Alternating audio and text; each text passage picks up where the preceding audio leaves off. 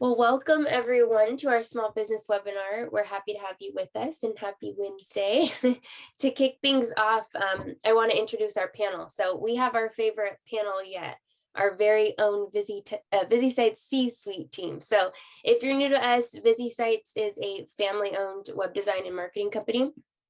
And what makes the team so credible and incredible is that ViziSites grew from a family-owned, in-the-house, two-person team to a multi-million-dollar company. So this panel has a ton of knowledge on how you can grow and sustain a business, which is surely what you're all here to learn about. So with us, we have our CEO and co-founder, Jesse Davis. You want to give us a wave?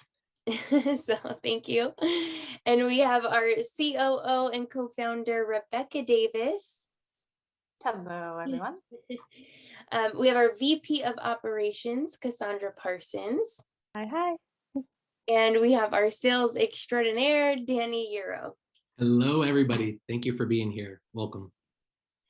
Well, I'm so excited to pick all of your brains a bit because something that I have found to be true, and surely you will all agree, true wisdom doesn't necessarily come from experience, but rather learning from the experience of others. One might gain a lot of experience in doing something wrong, but learning from a team who has been successful really is a gift. So let's get into it. Let's start with our CEO, Jesse Davis. So Jesse, you are the CEO of ViziSites, and I do want to get into who ViziSites is and how it started. But first, tell us what has been your biggest learning experience since becoming a CEO? There's quite a few, Mika. Thanks again for the opportunity here. It's hard to cover everything, right? But I'll start with a few experiences that no doubt will offer perspective and value. Can you imagine yourself running a company? It seems like a stretch for some of us, but no doubt it takes a lot of hard work, patience, perseverance. But it's important to remember that we all start somewhere. I certainly, have my roots. That start, I believe, is tied to your superpower or core competency. So if you have immense talent as a developer, you want to expand on those talents, right? In such a way that you become a powerhouse in that field.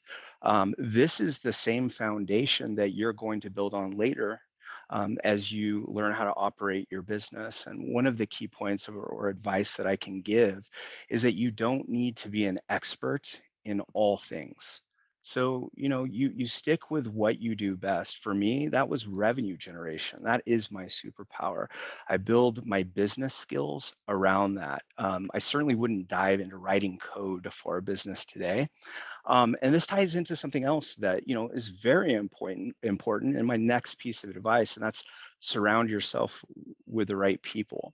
There's a quote by Howard Schultz that says, you can't build any kind of organization if you're not going to surround yourself with the people who have experience and skill base beyond your own. Right. So I've been exposed to many different kinds of leaders through the years. The difference between average ones and great ones was how they viewed themselves. So I'm certainly not the smartest person in this room, and I don't need to control all of the decision making at ViziSites. I want to empower the team to come into our meetings with powerful ideas and to collaborate alongside their peers. If I was to control the outcome of every decision, there's no doubt I would alienate my team, stifle their growth, and ultimately impact the company's growth in a negative way. So those are a few finer points for the sake of time. Yeah, that's fantastic. Thank you. As a CEO, surely you're aware that if you're not taking care of your customer, your competitors will. So tell us a little bit why ViziSites is different from the competitor and how any small business can set themselves apart. Yeah, so we'll focus just on setting ourselves apart. And at the core of any successful company is a set of problems that you're going to be solving in the industry. And the industry really has changed dramatically over the years. I was introduced to healthcare marketing in 2008 during the subprime mortgage crisis. Before the massive pain of the recession and financial crisis, The website was nothing more than a business card in the sky. We addressed those problems in 2008 by heavily focusing on professional services like SEO and search engine marketing. What's unique about that background is today we have a similar but different set of problems. We can see clearly we're halfway into a recession today. So while business owners may be kind of tying up the purse strings, meaning they're not investing into stocks, or other assets, they'll certainly invest or double down on their businesses. And there's never been a better time to leveraging strong marketing as a force multiplier in your business than today. There's going to be winners and losers in this, this downturn and in the local market. And our goal as a company, as a team today, is to help you to compete and make sure you win, right? Especially during an economic downturn. So like I usually say, we've seen this movie before, right? In my background personally, in 2008 and moving forward, I've been a part of the internet marketing world for a long time. And, it is those practice owners or business owners that are willing to take a risk and market themselves in inherently fearful time. Yeah, fantastic. Thank you so much for sharing that. And Of course. that's a perfect handoff to Rebecca, our COO. Having had the chance to work with Rebecca personally, I know how organized you are. You have amazing eye, attention to detail. Tell us how those really are important qualities for a small business owner, as well as how it relates to recruiting, as Jesse was talking about. Sure. I'm so glad you asked this question because attention to detail is crucial to the success of any organization. And paying attention to that detail comes in many different forms. Probably the first thing that comes to mind when you think of someone who is detail oriented is maybe how their work is completed and the quality of that work.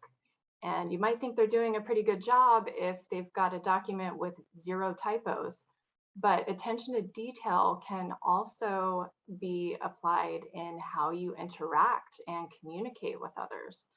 So this of course impacts your culture of your workplace.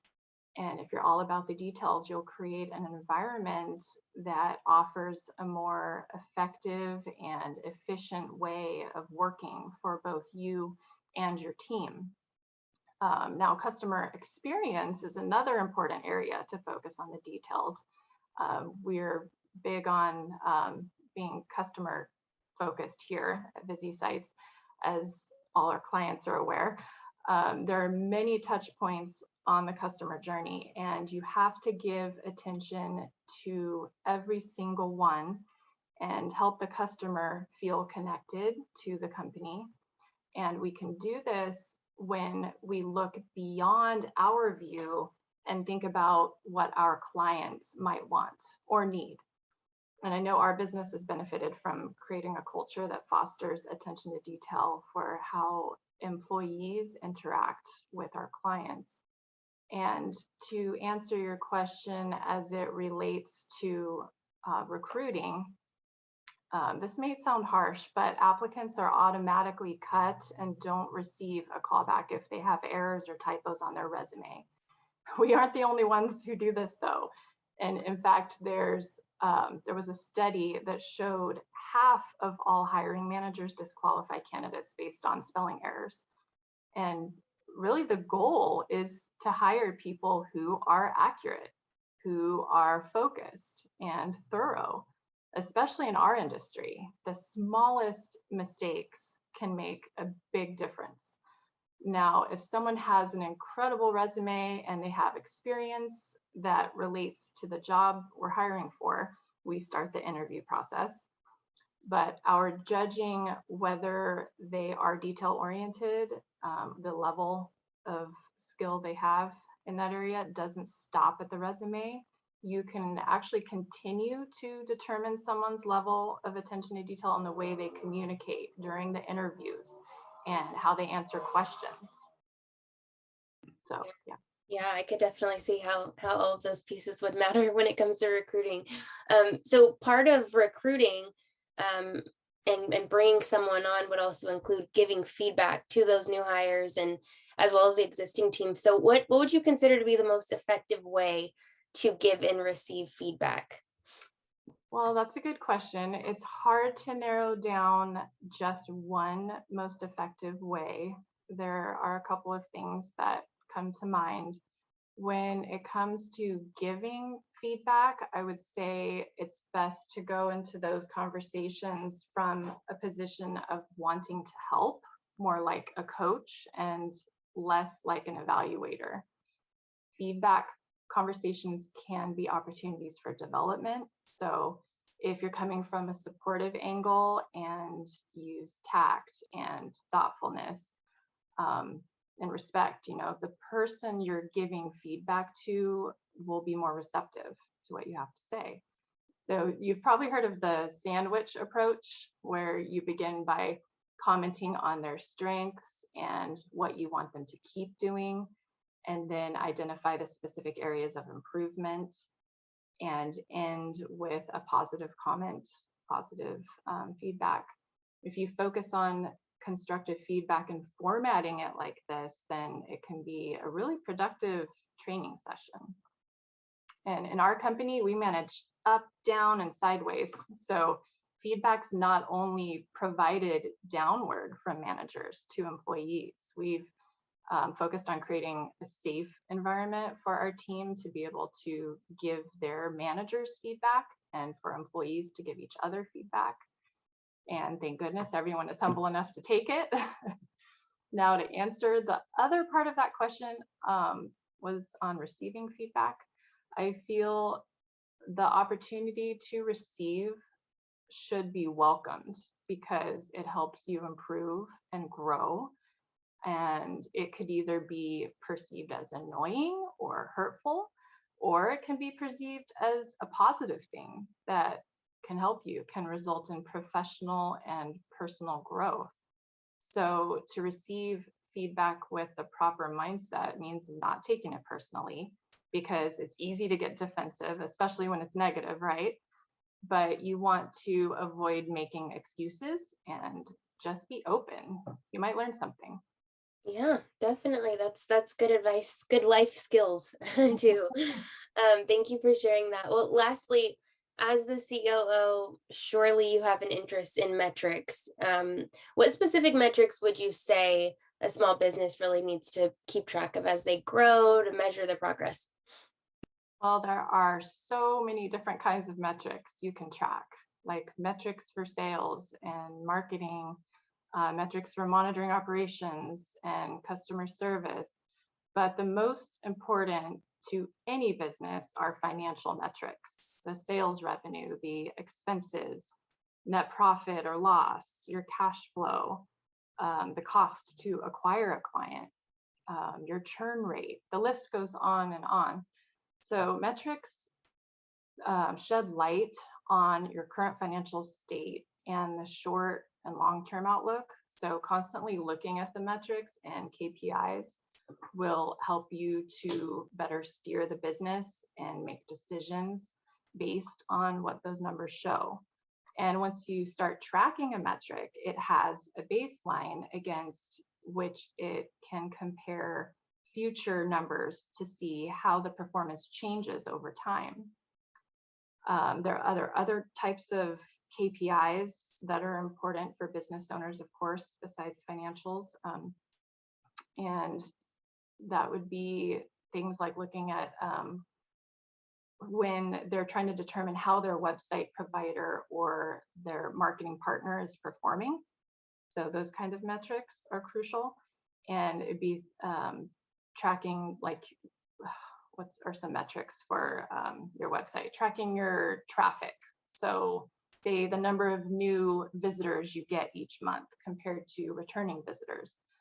Where are you ranking on Google? How many leads or customers are you generating from the internet each month? What's your cost to acquire a client from search engine marketing? You need to know what you're paying for. So we operate with full transparency. We send our clients the reports that show many different metrics. And in 99.9% of cases, their return on investment is significant. They can see it from these metrics. So then they end up putting more money into those, areas where they're getting that large ROI, right? And that 0.1% that might occur, when it would not provide a great ROI, is if maybe you're located in a super rural area where most people don't even have the internet and they rely on word of mouth or referrals. Yes, there are still places in this country that don't have internet, believe it or not. So we can confidently say that if you operate your business in a city that has access to the World Wide Web, we will provide or will improve your bottom line with internet marketing. And we can provide all the website metrics you need to keep track of your progress in that area.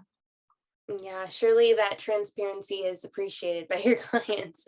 Well, thank you so much for sharing. Your insight is surely of interest to those listening. So let's pass the mic over to our VP of Operations, Cassandra Parsons. We're really excited for Cassandra because she recently developed her department as the Director of Client Experience and grew beyond that to VP of Operations. So congratulations. Thank you. Still not used to that, but thank you. Like Rebecca, having worked with you, you have excellent organizational skills. And what I've noticed is that you wear a lot of hats. And one of those hats is a problem detection. So can you share how you get ahead of problems or perceived problems within the company? Absolutely. I could give you a one-word answer, data. So right in line with what Rebecca was talking about. There is a saying in business, some of our listeners might have heard, what isn't measured isn't managed. That is something we all believe firmly. You can see all the heads nodding because I know all my team agrees with me on that. Really, that data, though, is what helps you to identify patterns before they become a problem. And that has really allowed us as a business to be really tactical and make sure that all of our decisions are evidence-based. We also apply this principle with our clients' websites. So we have multiple forms of analytics, and those analytics help us to make informed decisions that benefit their presence. So an example for the clients, at least, that are listening to this, you've seen your Google Analytics and your visual analytics. That visual analytics, if you come to us and say you want to get rid of a page on your website and you want to change one of the buttons on the homepage, using that analytics, we might find that that page is in the top 3 most viewed pages on your website. We might be like, I probably shouldn't remove that page, but the button hasn't been clicked on in 6 months. So sure, let's swap it out and make better use of that space with something else, right? Those are the kinds of informed decisions you can make with data. That's for the website, but that same principle applies across the board. I also want to touch on one of the words you used in that question, which is perceived problems. This is really important, especially to me, because I've learned this lesson the hard way. Sometimes we might perceive something as an issue in our business that is not actually, or vice versa. Something is actually a really big problem and we don't see it as one personally. That data can be that deciding factor for you. It helps you to determine if a problem is just one person's perception or even a couple people's perception on your team. Or if it is an actual concern that needs to be addressed. Especially, in our company, in really any company, as Jesse talked about, you're an expert in your industry, right? And hopefully you've surrounded yourself with talented people, but each of those people are doing what they're an expert in, and it's easy to kind of get caught in your silo and lose sight of that bigger picture. So having the data helps you kind of put all those pieces together, paint the larger picture, and then determine where you need to spend time, energy, resources on versus things that maybe you don't like personally, but it's not a problem that needs to be tackled. So that layer of data when you're making those decisions gives you so much more confidence in all of your plans of action, whether it's data from marketing, like what Rebecca was talking about, data from recruiting, data from your experience as an expert in your field, any of it. Yeah, well, certainly confidence is something small business owners want to have, especially new ones or ones looking to grow. So we know that small businesses, especially in relations to what ViziSites, maybe don't have that confidence when it comes to navigating their information online. Not only do they have to worry about their security of their business information, but also their customers' sensitive information online. And so can you speak to that a little bit, really what processes you've put in place at ViziSites that can benefit a small business, with some concerns with security? Sure. We could have a whole webinar on this, honestly. We will have more in the future, so watch out for them. But the short answer is this. Really three things. All of our websites follow Common Privacy Act standards. We'll talk more about that. They all include SSL certificates, and we're really big on secure password usage, both for our internal teams' accounts, but also for clients' accounts. This is really the baseline of security that every business needs to check nowadays, and really that you should keep in mind for your internal processes with your team as well. This really kind of moved into the spotlight about 4 years ago when GDPR went into effect in Europe. That might sound familiar to some of you. Then in January 2020, CCPA went to effect in California. Also might sound familiar, but what you might not know is that now there's over 20 states that have similar bills in review to accomplish the same thing. Eventually, this is going to be a nationwide thing that we have to think about, right? So what is that? That's the bar. You have definitely seen on more and more websites where you have to click accept. It says something about we use cookies on our website to give you a good experience, etc. Right? This really what this is doing is providing your users with more control over what information of theirs is stored, when, how, all those things. So to make sure that we're ahead of any privacy laws that pass in any state that we service or any country, we include this by default on all of our clients' websites, no additional charge. But what's really interesting is, of course, when things go into law, they get attention, right? But Google actually was making security an imperative for businesses online back as early as 2014 because they made SSL certificates a critical factor for ranking online. If you wanted to show up in search results, you have to show your users that you are giving them a secure experience. So that's also something that we provide on all of our clients' websites at no charge either. Wow. Yeah, I would interject that most people probably don't know a whole lot about that.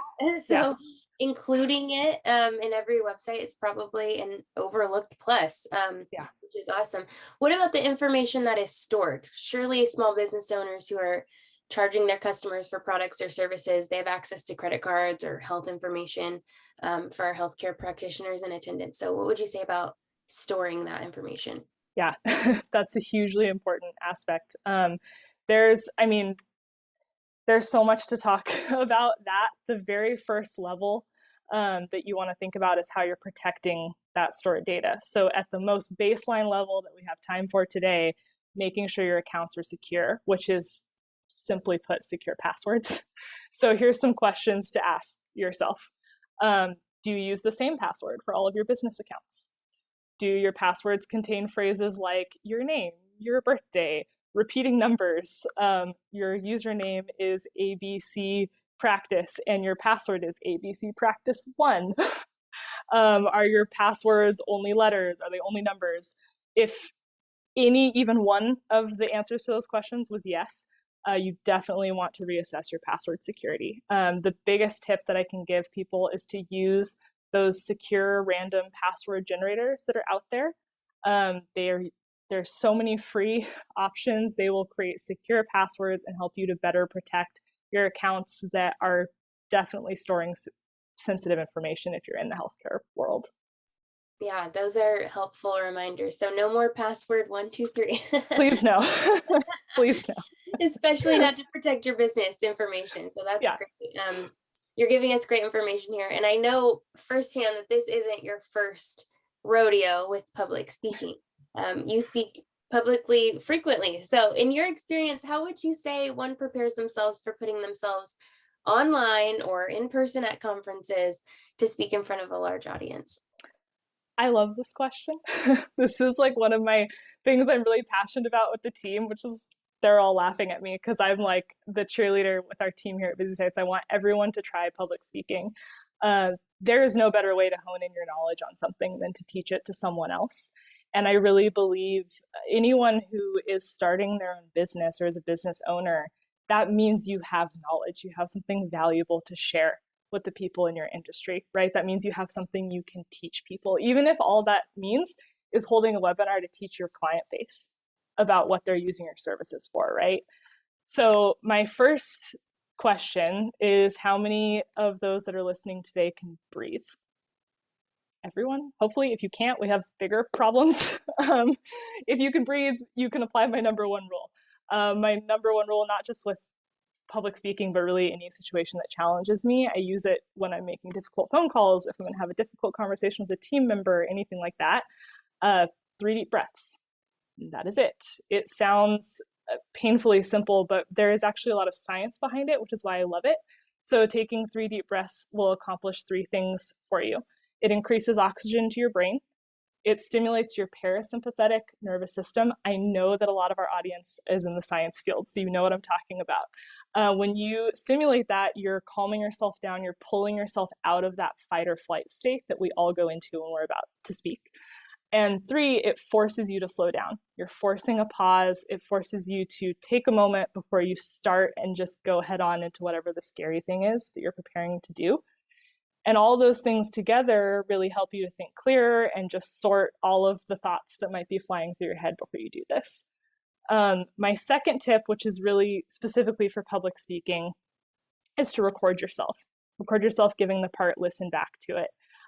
There's so many things that you will notice when you're listening back to your talk that you might want to change that you wouldn't have noticed before. So you'll notice your word whiskers, redundant statements, things that don't make sense, things that are boring and you want to liven them up, right? You will probably hate listening to it the first time around. I still hate listening to recordings of myself talk, honestly, but it is the most beneficial thing really that you can do to prepare for any 5 minutes, an hour, in person, online, all of it, it'll help. That's really, really helpful. And I think that's helpful also for those who are getting used to putting their business on social media and getting in front of that. So super helpful. Thank you so much. Those were fantastic answers. Well, last but not least, let's pass the baton to sales. Someone who also has to get in front of people and talk a lot, to new faces. So Danny has a background in sales, specifically SaaS, and surely you've seen a lot of changes when dealing with technology because the scene changes frequently. How would you say you've pivoted or remained flexible in selling new digital products? Yeah, I think the first thing to understand, like you were saying, Mika, is the world that we live in, it's always changing and evolving. There's no destination, right? I think the biggest thing in pivoting is just understanding how consumers want to engage with your business, but also providing a process that meets their needs, which creates this frictionless path that Jesse was talking about, right? The way that you're able to approach this is to gauge it. And the first way to gauge is by first listening to client feedback, questioning if there's an opportunity for improvement through management meetings, one-on-one sessions with your employees, and then acting on that finding with conviction, right? And the data and consumer insights gives you that conviction. So really at ViziSites, with this focus, what that allows us to do with our clients and our internal team as well is understand when we need to pivot, but how to also pivot to our benefit. Yeah, that's great. And I could see how that would really apply to all aspects of the business, not just sales. Yeah. How would you say in your experience that sales plays a part really in every part of the business? Yeah, definitely. Sales is taking place everywhere on a social and a professional level, right? I think whether we're promoting a new certified service or a new piece of technology at the clinic, or it's deciding on what's for dinner with your spouse, right? There are forces at play subconsciously that we fail to recognize in that moment. And just kind of taking a step further, I want to give an example as it relates to staffing and recruiting, which has been a hot topic, right? I want you to consider your business that's in the vicinity of a few competing options, whether a provider or a competing small business. I want you to consider the quality of care and the quality of the product, the compensation being equal to the employee and the workload being equal through your standard 9 to 5 shift, 5 days a week. What is compelling the top talent in your neighborhood and attracting them to your business? And just think about that for a second. Very similarly, new and returning patients and clients and consumers are going through a very similar evaluation as well, right? And I think that when we speak about that top quality of care, the question really boils down to, if we're able to be vulnerable, is does your marketing strategy reflect that? Yeah, those are some great questions to sit on and think about, write down. Yeah. Yeah, love that. There's a really great quote that says growth and comfort do not exist. So how do you feel about that, especially as you continue to coach a team to sometimes get comfortable with being uncomfortable in order to grow? 100%. First off, I wholeheartedly agree. I here at ViziSites, specifically with the sales team, as I can speak for the rest of the management team too, we view growth as a philosophy between present state and future state. And to get from one end of the spectrum to the other, you first need to identify what are your strengths, but at the same time, understanding what are our weaknesses, right?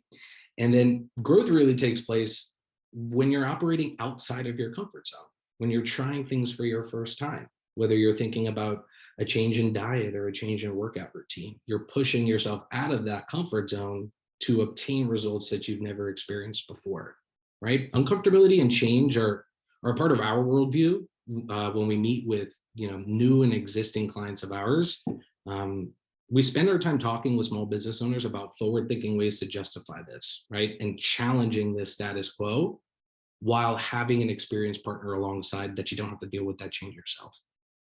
Yeah, that's great. Thank you so much. This has been fantastic. Thank you all so much for your insight, and to our participants, thank you for logging in. I'd love to open up the floor for questions. So if anybody has something to ask our expert panel, let's see. I have a thought while we're waiting for a couple questions to come Sure. in. We can give people time to type. I was just thinking something you said, Danny, about identifying where your strengths and weaknesses lie. I think everyone has heard the term SWOT analysis, right? Like we've all talked about that before, right? Especially as business owners. But one of the things that we talk about a lot here at ViziSites that I think is so important to that actually being effective is being willing to be vulnerable. And that's a huge philosophy here. Is it's not comfortable to talk about your weaknesses as a company. Nobody likes saying our competitor is so much better at XYZ, right? Or even saying a person on our team is so much better at XYZ than something that might be part of my job, right? But if you're willing to have that vulnerable moment and really just lay it all on the table, you're going to have a way better plan of action after the fact. And just piggybacking on that too, Cassandra, I believe that, we've been taught, through society that vulnerability and weaknesses are something that you want to hide and you want to suppress those, right? And I think that, as leaders, being able to lead by example and show people or employees or fellow business owners how to be vulnerable, you are extending that invitation to allow others to be vulnerable with you. And that's really where we see that uncomfort zone and you see results that you haven't seen before. Yeah, definitely. Looks like, I think we do have one question that came in. The question was, how can you set your business apart from competitors, I would assume, when you're recruiting and attracting talent? I think one of the biggest things that we talk with our prospective and existing clients about is kind of that 30,000 foot view. Most of the medical professionals we speak with have been tenured at a clinic for, right around a decade, if not more, several years, in fact. And I think really one of the biggest things that you have to understand is, what experience did you go through when you might have found that job? And talking about, with all due respect, finding the job on the internet, right? And applying for a job on the internet. The first thing you probably did was go to their website. You looked at some of the staffing pages, who your future manager might be. Are they using any tools that's going to make this job easy for me? Or am I going to be asked to do a lot of manual work, right? As I said before, with compensation, distance of travel, all being equal, how are you separating yourself apart? So I think not only being able to exemplify the technology and the ease of convenience through communicating with your prospect, your client, your consumer, it is an absolute selling proposition. On top of that, too, I believe being able to show that there is a giving aspect on the behalf, whether it's insurance, right? We've recently seen some clients adopt on more on a clinical side a 4-day work week, which has been massively effective to applicants coming through, right? Of course, we extended the regular shift, but having a 3-day weekend is something that's massively beneficial to attracting that top talent. Just a couple of thoughts that I had here. Yeah, I think I'll jump in there too. Well said, Danny. One, this is very simple advice, but it goes a really long way. I talk about this all the time internally, especially in any client-facing position, but this also has to do with recruiting. Again, Danny said sales is a tool, is a skill set that's used anywhere in the business. So what is that skill? It's communication. And if we zoom out and we look at communication, especially with technology in mind, the path of least resistance seems to be an email. It's very easy to shoot off an email, but I would challenge those to consider whether it's effective or not when you're looking to talk about strengths and weaknesses, talk about current state, future state, because what we're doing is we're exchanging, talking about vulnerability, we're exchanging emotional states. It's only when you can tap into the tip of the spear with, this hierarchy of communication and be in person, or what would be second best, possibly Zoom, and then under that I think a phone call works quite well. Why is that the case? Because in person we're able to use tonality and cadence, we're able to use our hands, our expression, right? Over the phone we just have tonality, but you can go really a long way. So whenever we're talking about recruiting, the power of connecting with an individual, if you can't be in person, connect with them over the phone. And piggybacking on what Danny said about current state, future state, to make this impactful, sometimes we talk about the position in terms of like their current state and what they're going to be doing, but people wake up every day with hopes and dreams to be something greater, right? All of us want the same thing. We like to think that we're very different, and there are different personality types, but most of us at the end of the day, we're looking very far out. We might not share those aspirations like I opened up. Some of us, yeah, we're business owners. Many people are aspiring to be business owners, right? That's a long-term view. And I think it's important as someone that is recruiting to give them a very clear path and a vision of their future self. That is current state and the position that you're currently in, and where do you want to be in 5 years from now. And if I can impart wisdom on behalf of ViziSites and the team that I've been so lucky to be involved with, it is really mapping that out. Where do you want to go? Who do you want to be 5 years from now? And how do we plan on getting there? And I think what you'll find is that if there are budgetary constraints, maybe you can't, afford this doctor, you're close to affording, people will sacrifice for that future state. Of course, you need to be fair and equitable with your pay. We agree with that here. But yeah, I think that that's really fantastic advice, especially tapping into the great resignation. It may be hard to find individuals out there right now, but keep working hard, tap into that emotional state, and paint a really large picture for them, one that they can see their future. Good points, Jesse, and Danny as well. I can add my 2 cents on that. And it's a great question. It's definitely a competitive job market out there right now, as Jesse said, and has been for a while. So you do have to give job candidates a reason to choose you over the business down the street, because they're looking at all of their options. And it's a challenging time because of how much choice employees have these days. And with inflation out of control, your salary offers or hourly and benefits packages have to be competitive. So one thing we do that I'd recommend is doing research on what others in the area are offering and in your industry as well, what they're offering to their employees. So you have to know what you're up against so that you can turn the right dials in order to put you ahead of the competition and hire that top talent. Also, culture plays a huge role. Culture can be underestimated, but sometimes that's what sells a candidate is your culture. People just want to be happy and have job satisfaction. And in many cases, this is more important than an inflated salary. So this is actually where social media can help provide some lift. You need a strong social presence, especially if you're looking to attract those Gen Z and millennials because they love social media. They're all about it. So it's an opportunity to reach them and show off what's great about the culture of your brand.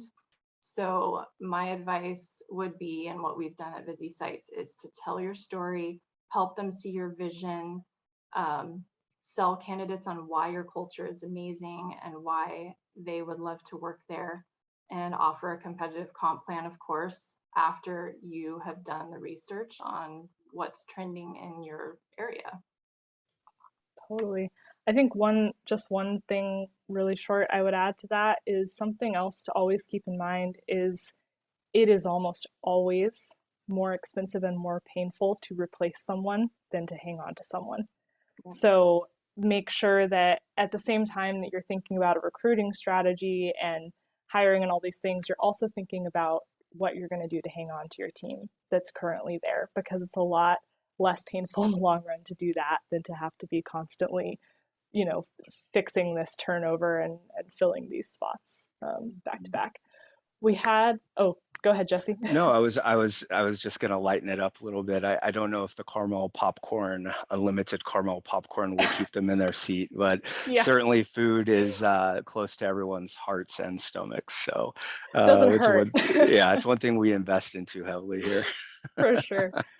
We had a question come in. This is a good one. I'm excited to see what everyone's answers are to this one.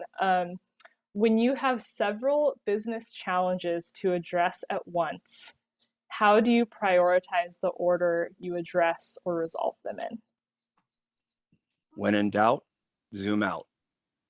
And I mean, it's very, very simple statement, and I get it. I totally understand where this is coming from. I mean, there is so usually in business, at the tip of the spear is cash flow. So like if this has to do like these obstacles, not problems, have anything to do with cash flow, I move that to the tip of the spear for the management, everyone in this room to talk about that, right? So I always prioritize based off that. So then like what influences cash flow? We can talk about that, right? And so talking about retaining employees or perhaps recruiting, like right now, we have back-to-back meetings all day long trying to find the right CFO or director of finance. This solves a massive problem in our company. It's a force multiplier because to pivot in the industry and pivot in such a way that we can make strong financial decisions means that not only do we hit our goal, but we exceed our goal, right? And you have to have that insight. So I would just add, that if it's cash flow, it's the tip of the spear, it's the most important. And then from there, you try to understand how that cash flow is impacted, whether it is retention of employees, whether it's recruiting, whether it's sales. Sales, when we look at it from like that macro point of view, it is we put our money and capital into the areas that can generate more capital. And that's really what keeps these businesses. It doesn't matter if you're a practice owner or you're owning an internet marketing agency like ours. That's what keeps the ball moving up the field. it's capital flow, right? Cash flow. And so we usually see it that way. But we, again, I mentioned this earlier in the first set of questions. We don't like to just manage the business from a spreadsheet. I think we can get hung up on that, and we look at the cash flow and we manage day to day, as Cassandra's saying, all the numbers. But there is a level of humanity. Business is about people, right? And if you don't tend to your people's needs, cash flow is impacted. It's impacted severely, right? So we try to put people first because we know that that's the key to cash flow. People in the organization, people outside of the organization, aka our clients, and on a broader perspective, the industry, serving the industry correctly, whether you are a veterinarian serving pet owners, a chiropractor or dentist serving your local community. Does your service, does your what you're offering, the perception, does it match the quality of care you're providing, right? That you want to provide? Do your actions reflect the goals that you actually have? So I'm getting a little long-winded there, but hopefully that's some nice insight for you guys. Yeah. I think the only thing I would add is, not to sound like a broken record, but my rule of 3 deep breaths. I know that's what I do anytime, there's there's days in any business when it rains, it pours, right? And it feels like something that on a normal day would go wrong and you would deal with it in a minute and be fine. When it's the third or fourth thing that's gone wrong that day, all of a sudden it feels like this giant weight on your back. And anytime I'm feeling that scattered, like I don't know what to deal with first, I apply that rule of just stopping and, okay, really think about what's in front of me right now, what needs to be priority, assessing it like what Jesse's talking about, and then tackling it from there.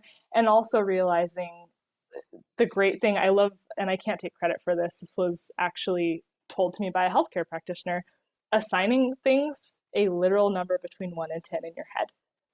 Assign it a number. 10 is I'm dying, right? And when you do that, it sounds fun. Our businesses are important to us, right? That's why we started them. They matter to us. That's why we're so invested.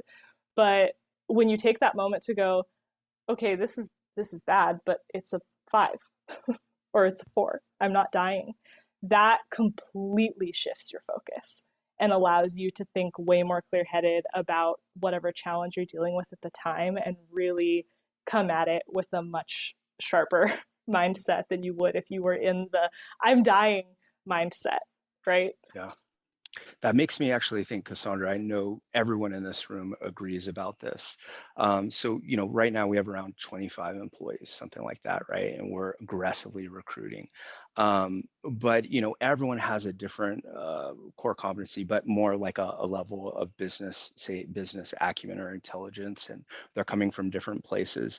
But as a leadership team, how our team sees us and how they see us react to difficulties, it can impact the business in a negative way, right? So there is a sense of, within reason, shielding your team from certain difficulties in the business, because these certainly can be addressed in a boardroom setting. Where you're creating the dials, as Rebecca said, or the levers that will allow that to smoothen out, that problem to smoothen out over time. So like being able to project when the problem will be resolved, right? And sometimes it's 2 months out, sometimes it's a full quarter out, but at least you know that it's going to happen. So again, I think it's extremely important for your team to see your leadership come from a place of strength and not a place of weakness. It'll really move everyone in the same direction, from service to sales. We want our staff to be brave. We want them to endure through difficulties, because that's where the growth comes from, but do so gracefully. And that seems to permeate through the business, is what I've noticed. Yeah, absolutely does. Well, we just have one last question that came through. It is, how do you keep clients happy when you have a lot of competition in the space? So a saturated market, whatever your market is, how do you keep your clients happy? This is something that's near and dear to my heart, I believe, is, although in sales is about building relationships. everybody is different in their own right, right? So I think going back to the question that you had to ask, Cass, is how do you keep clients happy, is understanding what makes them happy, because not everybody's going to be the same. And we go through this and through one of the greatest aspects of ViziSites is we go through this consultative process where we encourage that to come out. What some people will say is a fantastic strategy and a beautifully designed website, some people will say that needs work and it's not aligned with them, right? So I think to best serve the clients, you have to understand what are their wants, what are their needs, and understand where they currently are and where they're looking to go. I think is really what sets up the partnership for the most success. Definitely. I think the one thing I would add to that too is to kind of circle back to what I was saying earlier about what isn't measured isn't managed. If Exactly. you don't know how your clients are feeling, you don't know how to keep them happy. And that, again, all ties together. Comes back to the vulnerability. You have to be willing to ask them, and you have to be willing to hear the not great answers. And you have to know that those answers are going to come back and be prepared to deal with them in a non-emotional way. And instead of being like, how dare they say this or that, or I can't believe they think this, we did amazing. Instead, focus on what you can learn, what you can take away from what they said, and use that as a superpower to improve in the future as well. Yeah, we well said, Cassandra. We talked about current state, future state a lot. It's something internally. We use it in recruiting, right? We use it for our clients. We use it as we do assessments, making sure that they're happy with our services, right? Current state for the broader spectrum of anyone you're communicating to, and in this sense, our competitors. How do we differentiate, right? Like, so when we're going into the market with our, value proposition, and we're talking to a prospect, we realize that we're there to solve their problems, right? Many times what happens in this industry, from our wheelhouse and our industry, we reach out and our number one goal is to close the deal. And that is basically, I will offer a level of persuasion to that prospect in hopes that I can then bring the paperwork in and cash the check and get the recurring revenue. Okay. And there is a part of this that is transactional for all of us. But at the end of the day, doing right by the industry is what is most important for us, right?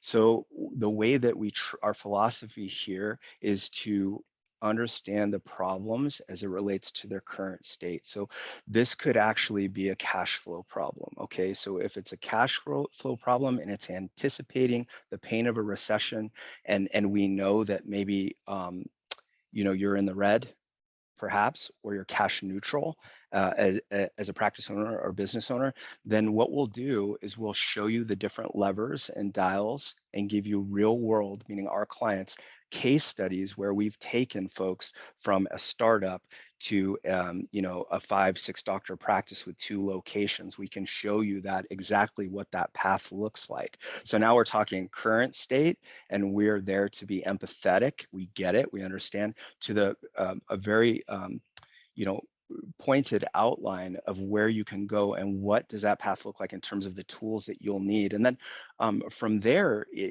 again, we're kind of being redundant here, but it's important. We need to measure the progress. Where are you in the timeline from your starting point and those original pain points? And as they're solved through that timeline, where are you at, right? And how often does that competitor get in touch with you to remind you of the initial pain points that you discussed with them and how each one of those is being solved? And where are you at in the timeline? Are you 3 years out with your provider, and the last time that they spoke to you was when you got started, and all you get is an email from them giving you username and passwords to the analytics, like a little chart, right? Or do you have a partner, a business partner, right? This is someone that came into your organization that cares deeply about your success and can measure your success moving forward. So, and that question was kind of asked in the very beginning, right, of the webinar, but it's important for the industry to know ViziSites cares deeply about the success of business owners, period. healthcare practitioners, business owners like ourselves, we understand that your business started at the kitchen table for most of you. For us, we're a family business. It started that way. We sketched up our logo at the kitchen table just like you did, right? And so we know how important that is. It's a dream. So we take the logo even seriously, where we understand the logo is it's broken up into three parts: typography, or combination of fonts, the colors, and the iconography. All of that is very important as a jumping off point, right? So that gives you detail as to the foundational approach that we take to growing our clients' business through internet marketing, and also the effectiveness of us being able to portray your brand correctly. The websites with ViziSites, it does reflect the quality of care that you practice. We're all about that. I have something to add to that too. It's important for keeping your clients happy. Please avoid overpromising and underperforming. Some of our competitors are known for this. They're known for overpromising and underdelivering. And you always want your clients feeling as though you're providing them with real value for their money, and surpassing their expectations is a great way to make them feel that they're getting that. Even go as far as give them added value beyond whatever your competitors are offering or what you initially quoted them even, and you'll keep them feeling like superstars. Absolutely. I love that. Well, thank you. Looks like that took us to the end of our questions. Well, thank you so much for sharing. Your insight is surely of interest to those listening. Thank you, Thank guys. you. It was a pleasure. Thank you, everybody. Bye-bye. See you next time. Bye.